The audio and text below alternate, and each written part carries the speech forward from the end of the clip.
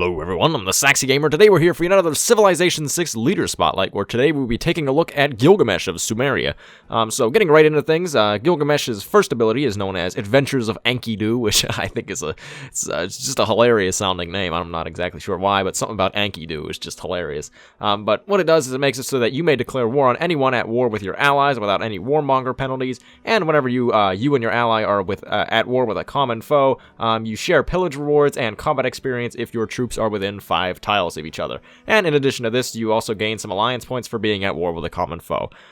So Adventures of Enkidu is not really that good. The ability to declare war on someone that's at war with your allies, I guess, is kind of nice. Not getting warmonger penalty, so not everyone's going to hate you with that, but it's not really all that useful. The pillaging stuff is almost useless. The combat experience can be nice, provided it's not going to be very useful in single-player games, because coordinating anything with AI to, actually have your troops near each other is pretty much going to be a nightmare. So in multiplayer, that actually could be okay if, you can properly coordinate with someone and make sure that your troops are within each other, within range of each other, and pillaging stuff and gaining experience.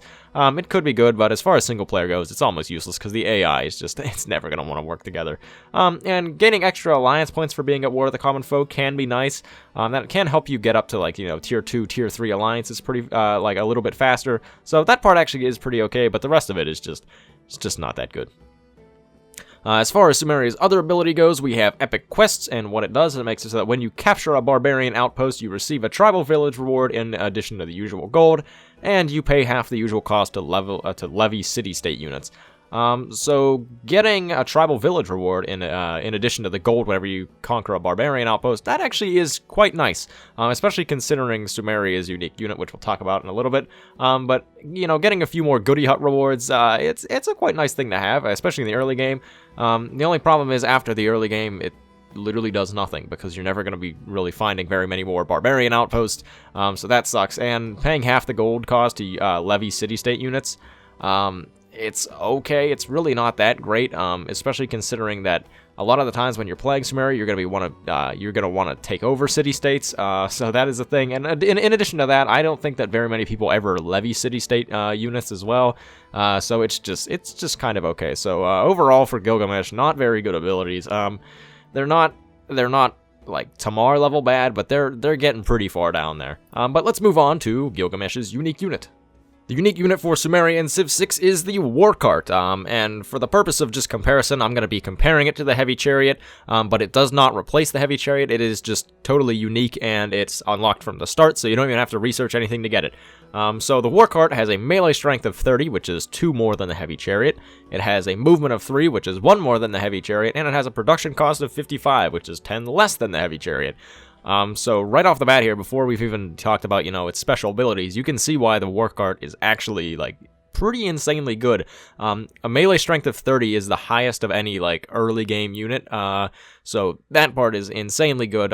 You get 3 movement, which is really nice, which is even more than the Heavy Chariot, and in addition to that, it costs 10 production less than the Heavy Chariot, so it is across the board just better than the Heavy Chariot, and there are even a few more reasons why it's better than the Heavy Chariot. So for its special abilities, it gains +1 more movement when starting in open terrain, so you can get 4 movement on it.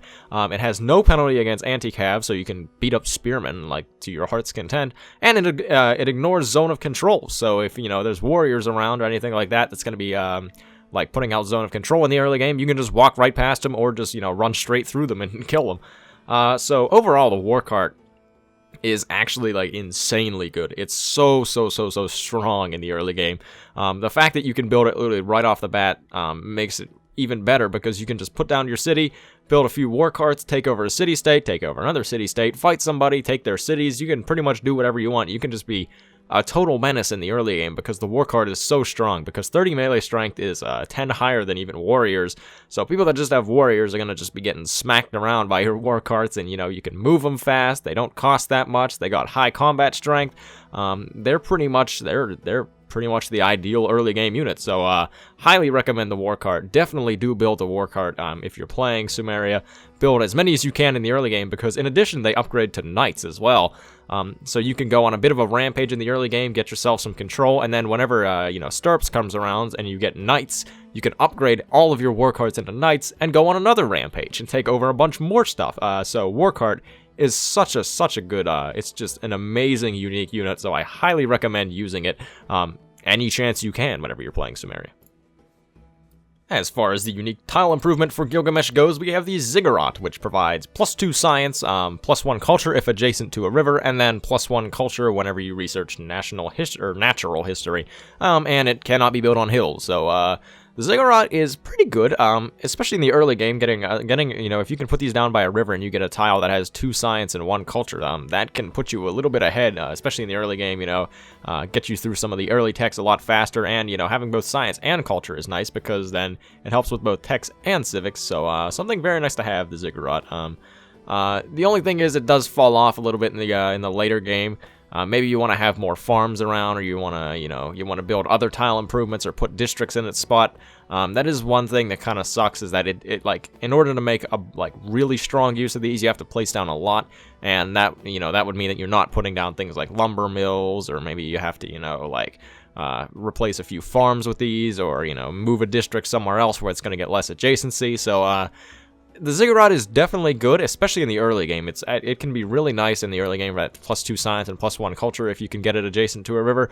So I recommend building them in the early game, but as the game goes on, you'll kind of phase them out a little bit. Unless you have just a ton of land, then you can just plop them down everywhere, and you can get a good bit of science.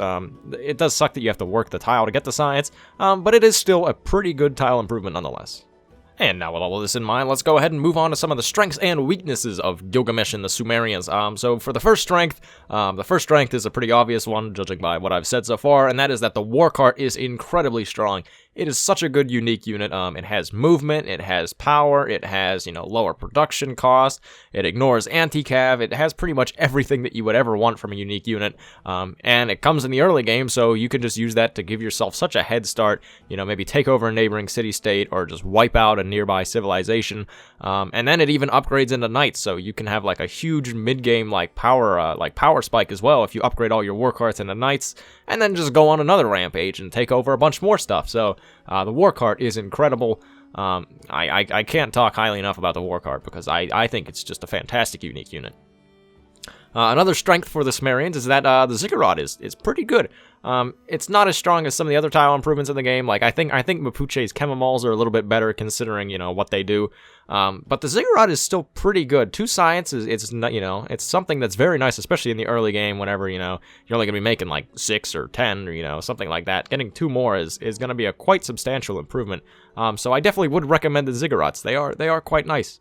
And with these 2 strengths combined, we get to our third strength, which is that the early game for Sumeria is very, very good. War carts allow you to just steamroll over everyone, and in addition to that, as long as you build a builder or 2, you're not going to be falling behind in science or culture, because you can build Ziggurats along your rivers, get that +2 science, +1 culture, and you're going to be set up in the early game. You're going to have a very nice early game, and you're not going to fall behind. So overall, the Sumerians probably have one of the best early games in the game. Up there with the Kree and other civilizations like that. So definitely a very strong early game civ. As far as weaknesses go, there's one that is really, really big, and that is that Sumeria's abilities, they're quite bad, and I said quite bad, in the text here, but really they're pretty awful. I don't find any of them to be particularly useful, especially the one about Enkidu, or whatever the heck, Adventures of Enkidu. It's just not good. It's not good at all. It's okay if you're playing multiplayer, but for single player, which is mostly, what I think a lot of people play, it's not very good, because it's not going to provide you almost any bonuses, and in addition to that, Epic Quests, their second ability, it's pretty okay in the early game, which, further helps their strength of being good in the early game, but after that, whenever bar encampments are not going to spawn too much, it's just not good, and the levying city-states thing, nobody uses that, or very few people use that, so it does kind of suck, and that is definitely a big weakness of the Sumerians, that their abilities just are not that good.